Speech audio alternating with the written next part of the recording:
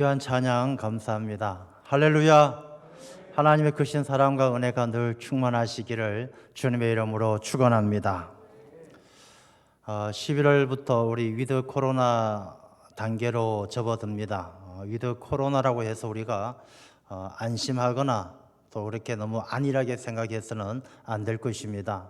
이 코로나가 끝나지 않은 것은 사실이고, 이 코로나가 있지만 또 일상의 삶을 포기할 수 없기 때문에 더 조심하고 또 더 잘 준비해서 이 위드 코로나 이 방역 단계를 거쳐서 일상의 삶을 잘 회복할 수 있는 일에 우리 성도님들께서 본이 되시고 힘써 주시기를 바랍니다. 이 코로나 때문에 참 힘든 시간을 보냈습니다. 벌써 2년 가까이 세월이 흘렀습니다. 저는 이 코로나를 통해서 가장 많은 사람들이 참 안타까운 일들이 많습니다. 자영업자를 비롯해서 많이들 안타까운데, 저 특별히 우리 학생들, 참 대학생들 참 안타깝습니다. 2년제 대학을 들어가신 분이 있다라면 2년 동안 학교 한번 못 가보고 졸업을 해야 되는 이런 기가 막힌 상황이 참 마음이 많이 아픕니다. 우리가 더 이상 이러한 시간들이 길어지지 않도록 또 위드 코로나 이 방역 단계에서 우리가 더 잘 협조하고 조심해서 하루속히 이 코로나를 극복해낼 수 있도록 우리가 힘써야 할 줄로 믿습니다. 근데 이 코로나를 거치면서 저는 그런 생각을 해봅니다. 참 우리 사람들이 얼마나 연약한 존재인가. 이 바이러스 눈에 보이지도 않고 측량할 수도 없을 만큼 크기를 잴 수도 없을 만큼 보이지도 않는 그런 바이러스 때문에 사람들의 생명을 빼앗기고 삶을 빼앗기는 것이 우리 사람들이 얼마나 연약한 존재인가라는 것을 깨닫게 하는 것이죠. 그럼에도 불구하고 바이러스 눈에 보이지도 않는 그 바이러스 앞에는 한없이 꼼짝도 못하면서 다른 사람들에겐 마치 내가 최고인 것처럼 다른 사람들을 업신여기고 살아가는 우리의 교만함이 부끄러울 따름이고, 우리가 위드 코로나를 이겨내는 것은 백신을 맞고 치료약을 개발하는 것 이전에 우리가 보다 더 겸손해지고 우리의 삶에 대해서 겸허한 마음으로 살아갈 때에 진짜 우리가 육신의 코로나뿐만 아니라 영적인 코로나도 이겨내고 지혜롭게 살아가게 될 줄로 믿습니다. 우리가 오늘 이 본문의 말씀을 통해서 사람이 어리석은 사람이 아니라 지혜롭게 살아가는 사람이 어떤 사람인가라는 것을 이 말씀을 통해서 함께 나누어 보고자 합니다. 이 사람들은 자기 인생이 궁금해요. 아마 여러분들도 마찬가지일 것입니다. 내가 잘 살고 있는지, 또 내가 잘못 살고 있는 것은 아닌지, 또 내 미래가 어떻게 될지 궁금하실 것입니다. 아는 방법이 있어요. 첫 번째는 여러분들이 지금 주어진 시간을 어떻게 보내고 있는가를 보시면 여러분의 인생이 보이고 여러분의 미래가 보입니다. 세상에는 금이 소중하죠. 금. 그래서 옛날 이 말 가운데 금이 소중한데 황금, 물질, 돈이 참 중요하죠. 황금이 중요합니다. 두 번째, 소금도 중요해요. 소금이 없으면 사는 게 맛이 없고 세상이 얼마나 썩는 것이 많고 재미가 없겠습니까? 세 번째가 지금, 시간이 중요하죠. 그 중에 가장 중요한 것이 바로 지금이 제일 중요하다라고 그렇게 지혜로운 사람들이 이야기를 했던 것이죠. 우리가 지금 어떻게 살고 있는가의 모습을 보면 우리의 미래가 보이는 것입니다. 내가 지금 놀기 좋아하고 세상의 즐거움에 빠져 있으면서 미래가 멋지고 아름다울 것이라고 기대하는 것은 착각에 지나지 않습니다. 우리가 어떻게 시간을 보내느냐가 중요한 것이죠. 어떤 딸이 나이가 차서 결혼할 때가 되어졌습니다. 이 사람 저 사람 선을 봅니다. 선을 보는데 얼마나 조건이 좋은 사람이 많은지, 돈 많은 재벌집 아들도 있습니다. 돈 잘 버는 의사도 있습니다. 박사도 있습니다. 이 사람들이 많은데 이 딸은 어떤 사람을 남편감으로 정할까 고민이 되어서 이 기도하는 가운데 하나님께서 지혜를 주셨어요. 어떤 지혜를 주셨느냐? 이 사람들과 만나서 하루씩 데이트를 하는 것이죠. 하루의 시간을 보내면서 그 하루를 보내는 시간을 어떻게 보내는가를 보고 나중에 선택을 하게 되어진 것입니다. 이 아가씨는 돈을 보는 것도 아니고 세상의 지위를 보는 것도 아니고 시간을 어떻게 보내는가를 보고 판단했을 때 좋은 배우자를 얻을 수가 있었다라는 것입니다. 그 시간, 지금 보내는 그 시간이 바로 우리들의 미래다라는 것을 생각할 때에 우리가 시간을 얼마나 소중하게 잘 보내야 하는지 깨닫게 해 주시는 것입니다. 두 번째, 우리의 미래, 우리 인생을 보고 싶다라면 여러분들이 지난달에 쓴 카드 내역서를 한번 뽑아 보십시오. 카드 내역서 한 달 동안 쭉 쓴 걸 다 뽑아 보시고 그 카드 내역서가 참 잘 썼다, 아주 알차게 살았네, 아끼면서 절약하면서 참 열심히 살았구나, 그런 마음이 든다라면 여러분의 미래는 틀림없이 하나님께서 복되게 하실 것입니다. 근데 이 카드 내역서를 보니까 이거 내가 왜 썼을까? 이거 먹고 노는 데만 돈이 다 썼네. 우리가 이 돈을 잘못 쓰게 되어지면 우리의 미래가 흔들리는 것입니다.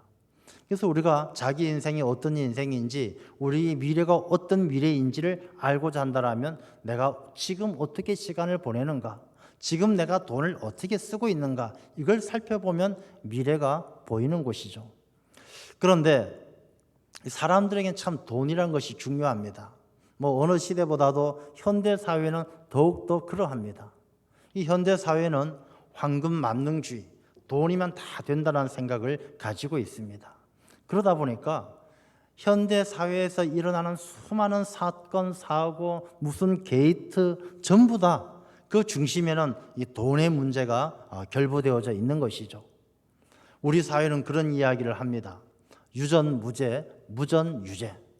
돈이 없으면 죄가 만들어지고 돈이 있으면 있던 죄도 죄가 없어지는 것, 그만큼 돈의 위력이 강한 그런 세상을 살고 있는 것이죠. 영국의 속담에는 조개의 입은 칼로 열고 변호사의 입은 돈으로 연다, 그런 말이 있습니다. 그만큼 돈이 위력이 있다는 것을 이야기해 주는 것이죠. 그러면 이렇게 돈이 위력이 있는 것이 현대 사회만 그러냐? 그렇지는 않습니다. 인류가 공동체를 이루고 사회를 이루고 살아오면서부터 이 물질의 힘은 점점점 더 강해져만 갔지 물질의 힘이 약했던 때는 없었습니다. 오늘 본문에 나오는 2000년 전 예수님께서 이 땅에 오셨던 그 시대에도 돈이 얼마나 소중합니까? 이 돈에 대한 욕심들이 다 있었던 것이죠. 예수님께서 많은 사람들에게 가르치실 때에 한 사람이 와서 예수님에게 물어보는 것이죠. 말씀을 합니다. 선생님, 내 형을 명하여 유산을 나와 나누게 하소서. 이 선생님은 예수님이죠. 예수님, 아버지가 유산을 물려줬는데 형하고 나하고 나누어야 되는데 그 당시에 원칙으로 율법을 따진다라면 형과 동생 둘이가 있다라면 형은 동생의 2배를 가져요. 그러니까 3등분을 해서 형은 3분의 2, 동생은 3분의 1, 이게 원칙입니다. 그런데 동생이 와서 형님, 선생님, 형님한테 얘기 좀 해주셔서 좀 제대로 나누게 해 주십시오라고 이야기한다는 것은 아마 이 원칙이 지켜지지 않았던 것 같습니다. 사람들이 어느 시대든 이 돈 앞에는 욕심이 커서 형제도 없는 그런 일들이 많은 것이죠. 아마 이 형은 3분의 2, 동생 3분의 1 이 원칙을 안 지켰던 것 같습니다.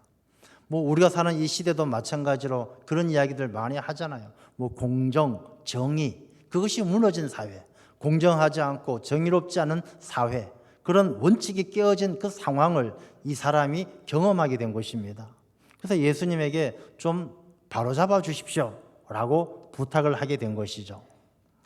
그러면 예수님께서 말씀을 하십니다. 이 사람아, 누가 나를 너희의 재판장이나 물건 나누는 자로 세웠느냐? 사실 이 물질을 분배하는 것, 소득을 분배하는 것은 굉장히 중요한 인류 공동체의 영원한 숙제 중에 하나예요. 우리 파레토의 원칙, 경제학자 파레토가 정한 그 원칙, 그 연구에서 내놓은 원칙을 보면 이 지구상 인구의 20%가 70억 중에 20%의 인구가 이 지구상의 경제 모든 부의 80%를 소유하고 있다라고 그렇게 연구 결과를 내놓은 적이 있어요. 20%가 80%의 경제를 소유하는 것이죠. 그러면 하위 밑에 20%는 얼마나 소유하고 있느냐? 1.4%를 소유한다는 거예요. 그러니까 하위에는 가면 갈수록 그 극빈의 삶은, 그 빈곤의 삶은 이루 말할 수 없을 정도로 처참하다는 것이죠. 위에 20%는 80%의 부를 소유하지만 하위 20%는 1.4%를 소유하는 것이 파레토 경제학자의 시대가 그랬다라면 오늘날에 와서는 어떻게 되어졌느냐? 이 빈부의 양극화가 더 심해졌어요. 이제는 상위 10%가 전체의 90%의 부를 소유하는 그런 시대를 우리가 살고 있는 것이죠. 그러니 인류의 큰 과제 중에 하나가 이 부의 분배의 문제입니다. 우리가 오늘날 대통령 선거를 앞두고 많은 이야기들을 들어요. 기본소득 얘기도 듣고 여러 가지 무슨 게이트 이야기도 듣고 연금 얘기도 듣고 많은 얘기를 듣는데 이 정책들의 대부분을 보게 되어지면 이 분배의 문제예요. 복지도 분배의 문제예요. 없는 사람에게 얼마나 조금 더 도움을 주고 가진 사람이 얼마나 더 많이 내어놓을 것인가, 이 분배의 문제예요.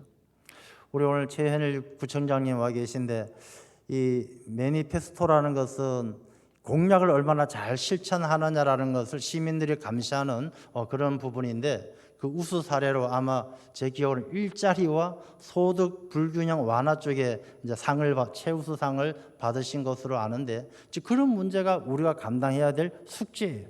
이 소득 불균형을 완화시켜서 이 분배를 잘 하는 문제.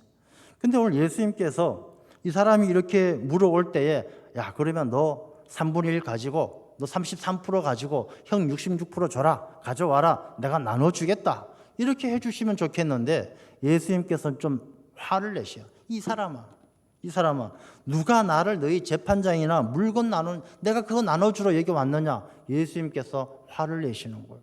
왜 그러겠습니까? 이유가 있어요.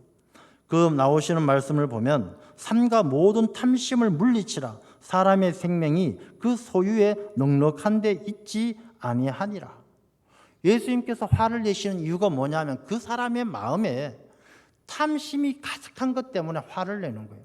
이 사람이 3분의 1, 33% 자기 몫을 딱 받았을 때 만족하고 행복할 것이냐? 그렇지 않은 것을 보시기 때문에 예수님께서 너 탐심을 물리쳐라 말씀하시는 거예요. 여러분, 우리가 이 분배의 문제가 인류의 영원한 숙제인 이유가 무엇이겠습니까? 이 사람들 마음속에 있는 탐심, 이 욕심이 끝이 없기 때문이에요. 100원을 가지면 200원 갖고 싶고 200원 가지면 10,000원 갖고 싶고 그 탐심은 끊임없이 악한 생각들을 만들어내요. 성경 말씀에도 그러지 않습니까? 이 노아의 시대 하나님께서 인류에게 심판하시는 이유가 무엇이겠습니까? 그 마음에 늘 생각하는 것이 악한 계획뿐인 것을 아시고 하나님께서 진노하시는 거예요. 탐심은 우상 숭배라고 그랬어요. 돈을 사랑하면 일만하게 뿌리라고 그랬어요.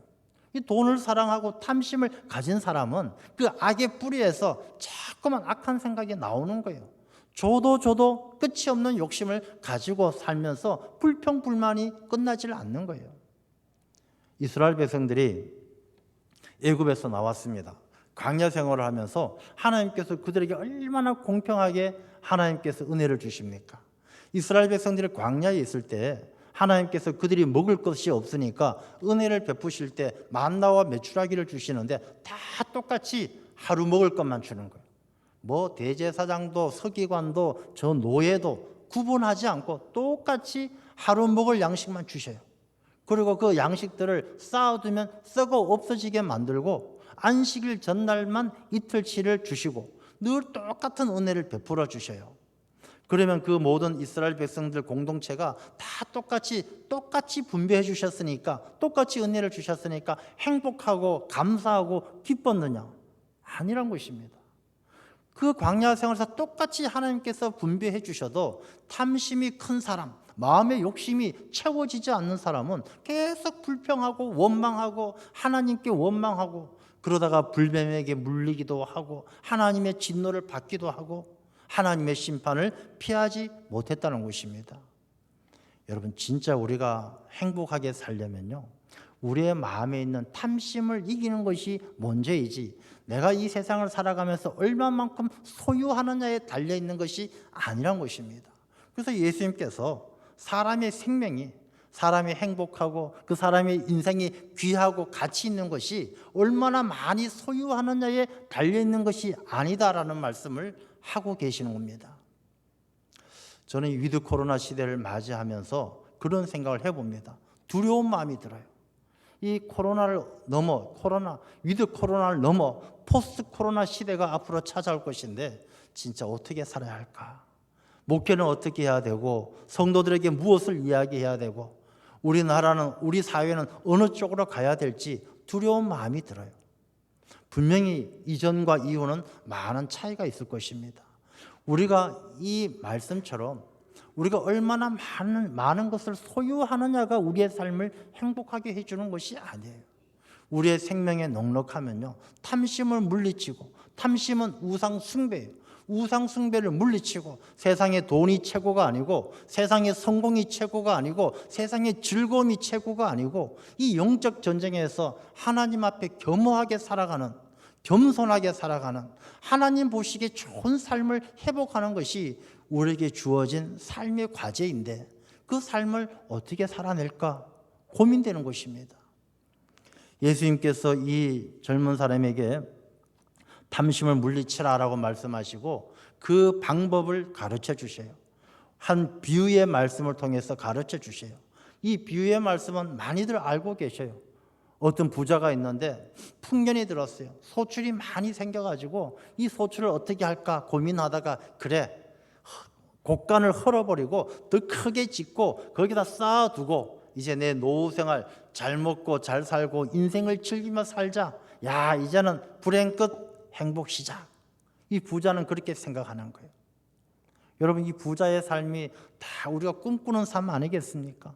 소출이 풍성해지는 것처럼 뭐 하나 잘 돼가지고 대박이 나서 잘 되어서 사업이 잘 돼서 무지무지 돈을 많이 벌고 그 돈을 쌓아두는 것처럼 아파트 차도 사고 아파트도 사고 뭐 제네시스 90도 사고 해서 돈 많이 벌어서 먹고 마시고 즐기며 사는, 내 노후가 편하게 사는 건 그게 우리 모두의 로망이고 꿈 아니겠습니까?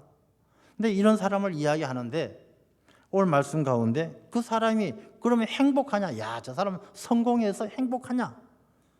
20절 말씀에 보면 하나님께서는 이르시되 어리석은 자여라고 이야기해요. 그게 어리석다라는 거예요. 우리가 생각하는 그 삶, 잘 먹고 잘 살고 노후 생활 잘 지내기를 꿈꾸는 우리의 로망인 그 삶이 하나님 보시기엔 한없이 어리석다라는 거예요. 왜 어리석을까?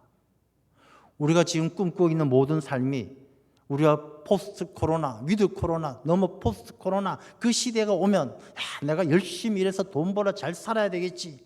그 마음들이 하나님 보시기엔 어리석다는 것입니다. 그러면 우리가 내 인생이 어리석지 않고 지혜롭게 살기 위해서, 하나님 보시기에 좋은 삶을 살기 위해서, 하나님께서 기뻐하시는 삶을 살기 위해서 우리가 어떻게 살아야 하는 것이냐, 그것을 오늘 말씀을 통해서 하나님은 우리에게 교훈을 해주는 것입니다.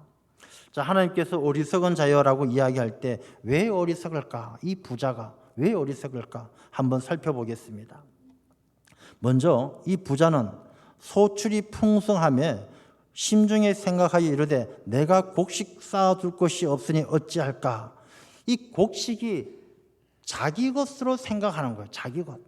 자기가 이 모든 자기 힘과 자기 능력으로 모든 것을 이룬 것처럼 생각하는 거예요. 하나님의 것을 자기 것처럼 생각하는 착각 속에 빠져 있다는 것입니다. 왜 하나님의 것이냐? 우리 인생 다 마찬가지잖아요. 저나 여러분이나 태어날 때 뭘 가지고 왔습니까? 태어날 때부터 쌀가마 메고 오셨어요. 여러분들이 태어나실 때부터 가죽 잠바 입고 오셨어요. 우리가 입고 있는 가죽 잠바, 내가 먹는 밥, 쌀, 모든 것 다 하나님께서 우리 가운데 주신 하나님의 은혜가 아니겠습니까? 여러분 그게 자기 것이라고 죽을 때 다 짊어지고 가시겠습니까? 어느 누가 짊어지고 갈 수 있겠습니까? 우리는 빈몸으로 왔다 빈몸으로 가는 것이 우리 인생이고, 모든 소출, 내가 누리는 모든 것들은 하나님의 것인데 자기 것으로 착각하니까 어리석은 거예요. 사람이 착각하면 어리석게 살 수밖에 없는 것이죠. 우리 인생은요, 어릴 때부터 착각하며 살아요. 여러분들 기억날지 모르겠습니다. 3살, 4살 때 애들이 왜 빽빽 우는지 알아요? 울면 다 되는 줄 알고 착각하는 거예요. 그냥 울다 보면 엄마한테 꿀밤도 맞고 맞기도 하는데 아이들은 계속 또 울어요. 울면 될 줄 알고 착각하고 살아가는 거예요. 엄마들은 아이들이 중학교, 고등학교 때 사고 치고 학교 공부 잘 안 하면 착각해요. 야, 우리 아이는 착한데 친구 잘못 만나서 저런다고 착각해요. 우리 아이는 머리는 좋은데 친구 잘못 만나서 공부 안 해서 성적이 나쁘다라고 착각해요. 다 착각이에요. 어리석은 삶을 사는 거예요. 이 남자들 군대 가면요, 육군 병장이 되면 자기가 육군 장군 대장보다 더 높은 줄로 착각하는 거예요. 아가씨들은 자기들이 나이 안 먹고 아줌마 안 될 줄 알고 착각하는 거예요. 아줌마들은 화장하고 나가면은 나이 젊어 보이고 예쁘게 보일 줄 알고 착각하는 거예요. 나이 드시면 안 죽을 줄 알고 착각하는 거예요. 다 죽어요. 다 늙어요. 착각하지 말고 살아야 되는 것이죠. 그래서 이 하나님 보시기에 어리석다는 것은 그게 착각이라는 거예요. 자기 힘, 자기 능력인 줄 알고 그게 마치 영원히 자기 것인 줄 알고 그렇게 생각하는 것이 어리석다는 것입니다. 여러분, 위드 코로나입니다. 추수감사주일입니다. 한 해가 저물어가고 새해가 2달밖에 남지 않았습니다. 인생을 한번 깊이 들여다보십시오. 내가 착각하고 살아가는 것은 없는지, 마치 이 인생은 내 것이고 내가 돈 벌었고 내가 우리 집을 샀고 다 내 것인 것처럼 착각하고 거기에 매여서 내 삶이 비실비실하고 하나님 앞에 부끄럽고 그렇게 살고 있어 착각 속에 빠져서 내 삶이 흔들리고 있지 않는지 한번 깊이 들여다봐야 하는 것입니다. 두 번째, 이 사람은 무엇을 착각하고 있느냐? 자기가 곡간을 헐고 더 크게 곡간을 짓고 곡식과 물건을 거기에 쌓아두리라. 이 쌓아둔다는 것은 무엇입니까? 자기 안에 가둔다는 것이죠. 자기 안에. 내 거다. 소유한다. 여러분, 소유하게 되어지면 그게 다 자기 것 됩니까? 이 물질이라는 것은요, 물과 같아요. 물. 돈이라는 것은 우리가 사람들의 삶 속에 돈은 이 자연 속의 물과 같아요. 이 물이라는 것이 그렇지 않습니까? 흘러가요. 흘러가면 물이 잘 흘러가면 막 땅을 기름지게 만들어요. 살기 좋은 땅을 만드는 것이죠. 거기에 나무도 자라게 하고 꽃도 피게 하고 열매도 맺게 해요. 이 물이라는 것은 잘 흘러가서 온 세상 가운데 물이 필요한 곳에 흘러가야만이 그 물은 아주 보배로운 물이 되는 것이죠. 돈도 마찬가지예요. 이 돈도 필요한 곳에 잘 흘러가야 이 돈이요, 하나님을 기쁘게 하고 사람들을 기쁘게 하는 거예요. 그런데 물이 흘러가지 않고 웅덩이에 고여 있어요. 거기에는 생명이 못 살아요. 썩어가요. 냄새가 나고 악취가 나는 거예요. 돈도 마찬가지입니다. 돈도 하나님께서 기뻐하실 수 있도록 온 세상 사람들에게 선한 영향력을 미칠 수 있도록 흘러가게 해야 되는 것이지, 고여두면 이 돈은요, 악취가 나고 썩는 거예요. 지금 우리가 뉴스를 통해서 많이 보는 그 내용들 들어보면요, 500억, 600억, 700억 돈이 쌓이는 곳에 악취가 나는 거예요. 우리가 어디 가서 돈 10만 원 어디 누구 빌려줬다, 누구 줬다, 어려운 사람 10만 원 나눠줬다, 이런 거는 악취가 안 나요. 그냥 좋게 좋게 사람들에게 기쁨이 되고 세상을 살기 좋게 만들어 가는 거예요. 근데 쌓아두면 욕심이, 탐심이 있어가지고 이건 내 거다, 500억, 700억, 1000억 쌓아두면 거기에서 악취가 나고 거기에 벌레들이, 더러운 파리들이 우글거리는 거예요. 그래서 이 어리석다는 것, 하나님께서 어리석다는 것은 물질을 쌓아두지 말라는 거예요. 우리가 그 쌓아뒀다가 가져갈 사람 누가 있어요? 지난번에 삼성 이건희 회장 보세요. 돌아가시니까 자기 쌓아뒀던 돈 절반 이상 다 세금 내고 이리저리 다 날아가고 없더라고요. 우리가 세상의 물질에 대해서 욕심내지 말고 쌓아두는 어리석은 자가 되어서는 안 될 줄로 믿습니다. 그 다음에 이 사람이 또 어리석은 이유가 무엇이냐 하면은 20절 말씀에 하나님께서 말씀하시죠. 오늘 밤에 내 영혼을 도로 찾으리니 그러면 내 준비한 것이 누구의 것이 되겠느냐?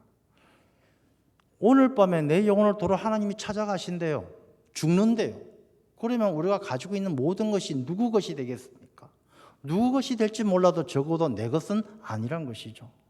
근데 사람들은 그게 언제까지나 내 것인 줄로 착각한다는 것이죠. 여러분, 사람들이 언제 죽는지 아세요? 아무도 모르잖아요. 자기 자신이 언제 죽을지 어떻게 알아요? 제가 지난주에도 장례를 한번 다녀왔는데요. 이분은 멀쩡했어요. 건강하셨어요. 근데 아는 지인, 친척 집에 장례식 갔다가 거기서 열심히 봉사하고 도와주시고 집에 왔는데 피곤했어요. 감기가 있어가지고 병원에 갔어요. 병원에 갔는데 이틀 만에 급성 폐혈증으로 진단받고 돌아가셨어요. 사람의 생명이라는 것은 하나님에게 달려있는 것이지 자기가 알 수가 없어요. 젊었다고 오래 살고 연세 드셨다고 빨리 돌아가시고 그렇지 않아요. 하나님께서 부르시면 오늘 밤이라도 가야 되는 것이 우리 인생이에요. 그럼 우리 인생이 어리석지 않기 위해서는 어떻게 살아야 되겠습니까? 오늘을 마지막처럼 살면 돼요. 그러면은 어리석은 삶을 살지 않는 거예요. 우리가 마치 나는 안 죽을 것처럼 내 살 날이 한 많이 10년, 20년, 30년 남은 것처럼 살다 보면 이 비수와 같이 우리에게 찾아오는 죽음 앞에 한없이 어리석어지는 거예요. 여러분, 이 죽을 사자를 보게 되어지면요, 죽을 사자를 보게 되면은 이게 하루 저녁에 날아오는 비수가 탁 꼽히는 것을 상형화한 것이 이 죽을 사자예요. 이 죽음이라는 것은 그렇게 하루아침에 비수가 와서 팍 꽂히는 것처럼 그렇게 찾아오는 게 죽음인데, 그건 언제나 나를 피해가고 내 옆에 사람, 내 앞에 사람, 다른 사람에게만 찾아온다라고 생각하고 살아간다라면 그게 어리석은 거예요. 그래서 시편 90편에도 남은 날을 계수하는 지혜로운 마음을 주소서라고 기도하는 거예요. 남은 날을 계수하는 것, 내게 주어진 날들 하루하루가 얼마나 소중한 날인지 깨달아 아는 것이 바로 지혜로운 마음이에요. 제가 그런 말씀을 여러 번 드린 기억이 납니다만, 저나 여러분들이나 하나님 앞에 이 예배 드리는 이 시간이 마지막이 아니라고 장담할 수 있는 사람은 아무도 없는 거예요. 그다음 마치 우리가 아이고 오늘 못 드리면 다음 주에 드리지, 다음 주에 못 드리면 그 다음 주에 드리지, 우리가 그렇게 미뤄놓고 사는 것이 어리석은 사람이에요.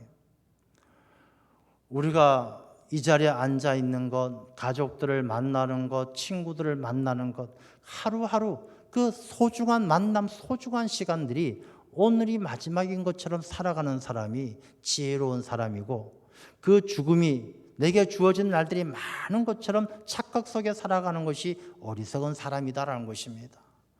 우리에게 주어진 날들을 겸손하게 하루하루의 삶을 소중하게 살아갈 수 있는 그런 성도들이 다 되어야 할 줄로 믿습니다. 그렇기 때문에요, 우리가 코로나 끝나고 가지, 이 코로나 때문에 온 세계 사람들 10월 초에만 해도 500만 명 이상 죽었잖아요. 여러분, 500만 명이 상상도 안 되는 이야기예요. 500만 명 이상이 코로나로 죽었고, 우리나라도 코로나로 사망자가 3,000명 정도 되는데, 여러분, 우리에게도 마지막이라는 것이 정말 비수처럼 날아와 꽂힐 수 있다는 것을 생각한다면, 신앙생활, 예배생활, 코로나 이후에 코로나 끝나면 그때 가서 하지 뭐, 지혜롭지 못합니다. 우리에게 주어진 날들 소중하게 생각하고 바로 지금 하나님을 잘 섬기고 예배하는 삶을 살아가는 성도들이 다 되어야 할 줄로 믿습니다. 그리고 이 부자의 비유를 보게 되어지면 이 부자는요, 얼마나 자기 중심적인가를 알 수가 있어요. 내가 곡식 쌓아둘 것이 없으니 내가 이렇게 하리라. 내 곡간을 헐고 내 모든 곡식과 내 모든 물건, 내가 내 영혼에게, 나밖에 모르는 사람이에요. 여러분, 우리 사람들이, 어리석은 사람들은 자기밖에 모르는 사람이 어리석어요. 왜 어리석냐?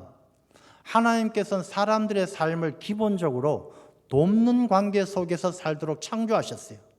하나님께서 아담을 만드시고 이 아담이 혼자 있는 것을 보고 좋지 않게 여기셔서 하와를 창조하시고 돕는 배필로, 돕는 사람으로 만들어 주신 게 인간관계의 기본이에요.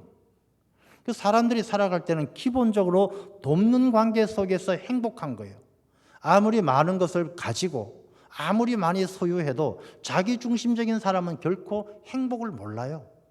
자기 중심적인 사람은 한없는 탐심에 의해서 욕심만 채워갈 뿐이지 기쁨과 행복을 모르고 사는 거예요.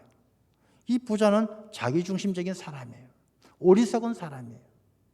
종교개혁가 칼빈은 그렇게 이야기했습니다. 사람들은 물질 앞에 서는 사람들의 모습은 두 부류가 있다. 첫 번째는 거울 앞에 서는 사람이 있고 두 번째는 창문 앞에 서는 사람이 있다. 거울 앞에 서는 사람은 어떻습니까? 자기만 보이는 거예요. 거울은 자기만 비춰요. 자기를 예쁘게 만들고 자기를 따듬고 자기에게 맞는 옷을 입고 자기만 생각하는 사람. 물질 앞에 서는 그 사람은, 거울 앞에 서는 사람은 이기적인 사람이에요. 창문 앞에 서는 사람은 창문 밖의 세상이 보이는 거예요. 하나님 만드신 세상이 보이고 하나님께서 사람의 관계를 돕는 관계로 만드셨는데 도울 사람이 눈에 들어오는 거예요. 저 사람을 도와야 되겠다. 저 사람에게 하나님의 은혜를 나누어야 되겠다. 하나님은 그 사람에게 기쁨과 은혜를 주실 줄로 믿습니다. 우리 성도들의 삶은요, 물질 앞에 설 때에 거울 앞이 아니라 창문 앞에 서는 지혜로운 사람이 되어야 할 줄로 믿습니다. 그런 사람이 21절 말씀에 보면 자기를 위하여 재물을 쌓아두고 하나님께 대하여 부여하지 못한 자가 어리석은 자고 지혜로운 자는 하나님 앞에 부여한 자가 지혜로운 자라는 것입니다. 이 하나님 앞에 부여한 자는 어떤 사람이겠습니까? 창문 앞에 선 사람이 되어서 하나님이 만드신 창조 세상, 하나님이 만드신 이 온 세상 가운데 하나님을 기쁘게 할 수 있도록 자기에게 주신 은혜와 물질을 흘러서 쌓아두는 것이 아니라 잘 흘러가서 물이 세상의 땅을 풍요롭게 만드는 것처럼 하나님을 기쁘게 하는 사람이 바로 부요한 자, 하나님에 대하여 부요한 자라는 것입니다.